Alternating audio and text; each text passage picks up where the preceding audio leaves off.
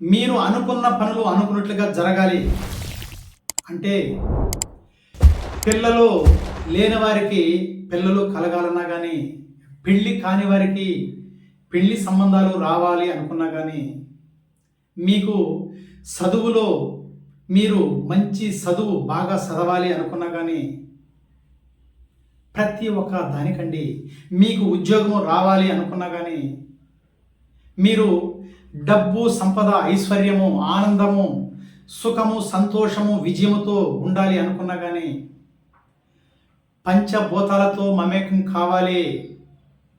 Yes, ఇది 100% నిజమండి.